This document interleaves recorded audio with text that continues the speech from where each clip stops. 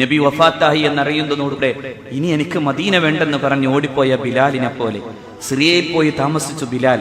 മടങ്ങി വരാൻ പിന്നൊരിക്കൽ ഉമറിന്റെ കാലത്താണ് സയ്യിദുനാ ബിലാലിനോട് അള്ളാഹുവിന്റെ റസൂൽ സ്വപ്നത്തിലൂടെ വന്നിട്ട്, ബിലാൽ എന്തേ എന്നോട് ദേഷ്യമായോ എന്ന് ചോദിക്കുമ്പോൾ കരഞ്ഞു കലങ്ങി ഹൃദയം പിടച്ച് സിറിയയിൽ നിന്ന് നടന്നു വന്നു മഹാനായ ബിലാൽ അഷ്റഫുൽ ഖൽഖിന്റെ ചാരത്ത്. അപ്പോഴാണ് സ്വഹാബാക്കൾ ഒന്ന് ആ ബാങ്കുലി കേൾക്കാൻ ആഗ്രഹമുണ്ടെന്ന് പറയുമ്പോൾ രണ്ട് കുഞ്ഞുമക്കൾ അഷ്റഫുൽ ഖൽഖിന്റെ പേരക്കിടാങ്ങളായി സയ്യിദുനാ ഹസനും ഹുസൈനും ചോദിക്കുമ്പോൾ ആ പരിശുദ്ധമായ ബാങ്കുലി ഒരിക്കൽ കൂടി മദീനയിൽ മുഴങ്ങി.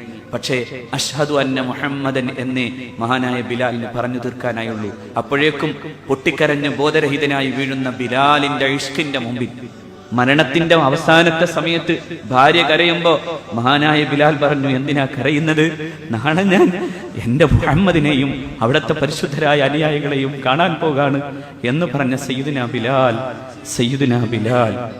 അവിടേക്ക് ഇഷ്കില്ലെങ്കിൽ, അങ്ങനെ ഒരു ബന്ധം നമുക്കില്ലെങ്കിൽ നമുക്ക് മുഅ്മിനീങ്ങളാകാൻ കഴിയില്ല സഹോദരന്മാരെ. അള്ളാഹു അതിന് തൗഫീഖ് തരുമാറാകട്ടെ.